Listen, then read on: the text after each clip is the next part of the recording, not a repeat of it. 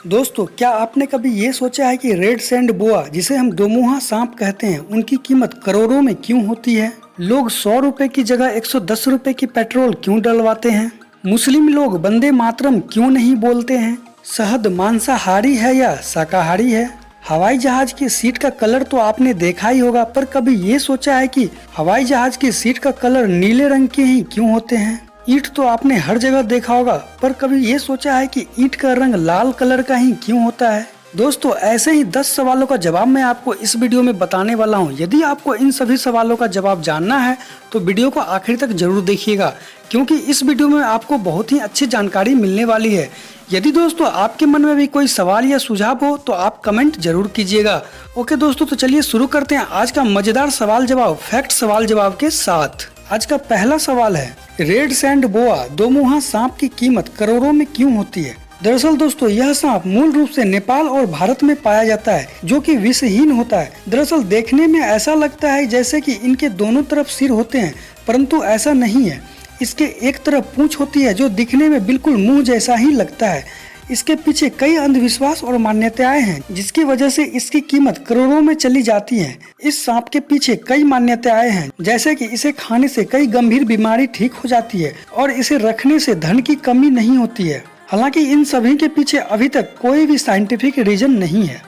दूसरा सवाल है, लोग 100 रुपए की जगह 110 रुपए का ही पेट्रोल क्यों डलवाते हैं? दरअसल दोस्तों, कुछ रिपोर्ट में ऐसा पाया गया है कि पेट्रोल पंप पे मीटर की 100 रुपए, 200 रुपए, 500 रुपए, 2000 रुपए के जगह पे सेटिंग किए हुए रहते हैं। अगर आप इन राउंड फिगर में पेट्रोल ना लेकर 110 रुपए, 120 रुपए, 510 रुपए इस तरह करके पेट्रोल डलवाते हैं तो मशीन सही मात्रा में आपको पेट्रोल देगा। अगला सवाल है, मुस्लिम लोग वंदे मातरम क्यों नहीं बोलते हैं? दरअसल वंदे मातरम वह गीत है जिसे राष्ट्रीय गीत के रूप में पेश किया जाता है। गीत के शब्दों से पता चलता है कि धार्मिक गीत तो हो सकता है, लेकिन राष्ट्रीय गीत नहीं हो सकता, क्योंकि इसमें मातृभूमि को दुर्गा मानकर उन्हें प्रत्येक उपकारों का स्रोत सिद्ध किया गया है। पढ़ने वाला उनके कदमों में वंदना के लिए झुकता है, बल्कि वह प्रत्येक रूप से इस बात को स्वीकार करता है कि मैं तेरी वंदना करता हूँ। दरअसल वंदे मातरम को आघात बनाकर मुसलमानों को देश प्रेम के प्रति शक करना बिल्कुल ही गलत है। इतिहास में कई मुसलमानों ने अपने भारत वतन के लिए अपनी जान भी कुर्बान की है।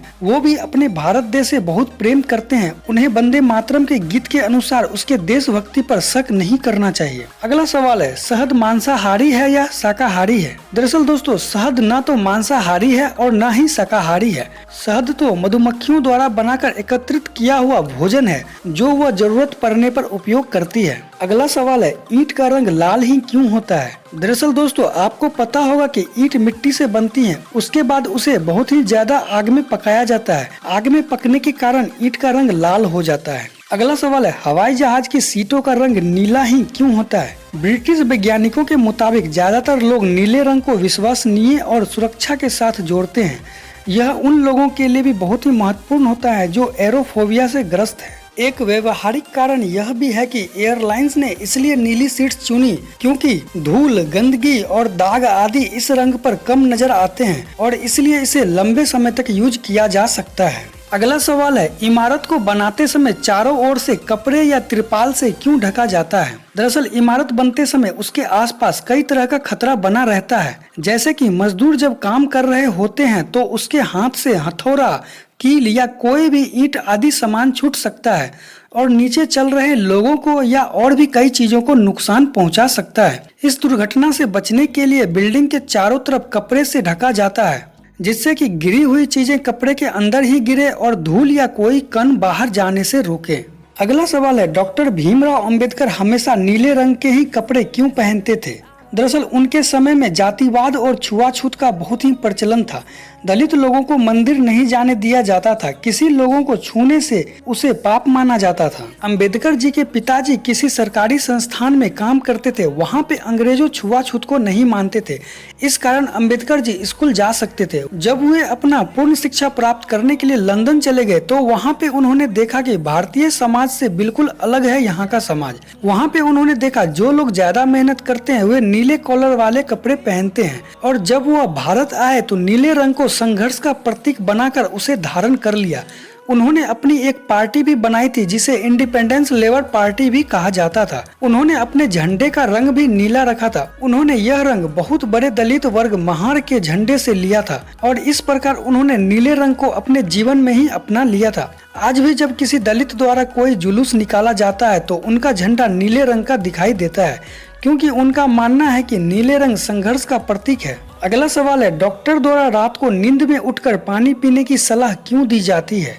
दरअसल दोस्तों, रात को नींद खुलते ही पानी पीने से ब्लड प्रेशर जैसी समस्या से निजात मिलता है। जिन लोगों को ब्लड प्रेशर का प्रॉब्लम है उनके लिए ये बहुत ही कारगर सिद्ध होता है और इसीलिए डॉक्टर पानी पीने की सलाह देते हैं रात में नींद खुलते ही। और जिन लोगों को ब्लड प्रेशर नहीं है उन्हें इनका खतरा बनने का संभावना बहुत ही कम होता है और इसी वजह से डॉक्टर रात में नींद खुलते ही पानी पीने की सलाह देते हैं। अगला सवाल है, पृथ्वी पर से डायनासोर क्यों विलुप्त हो गए? दरअसल दोस्तों, लगभग 65 बिलियन वर्ष पूर्व माना जाता है कि डायनासोर अस्तित्व में था। आज के वैज्ञानिकों का मानना है कि उस समय बहुत अधिक मात्रा में पृथ्वी के कुछ भागों में उल्कापिंड गिरा था और इसके कारण विस्फोट और बहुत अधिक मात्रा में बाढ़ आया था। इस वजह से जहरीले गैसों का मात्रा पृथ्वी के वायुमंडल में बहुत अधिक फैल गया था और समुद्र का पानी भी दूषित हो गया था। विशाल बादल के कारण सूर्य का किरण धरती पर न पहुंचने के कारण धरती भी बहुत अधिक ठंडी हो गई थी और इस परिस्थिति में किसी भी जीव का जिंदा रहना बहुत ही मुश्किल हो गया था।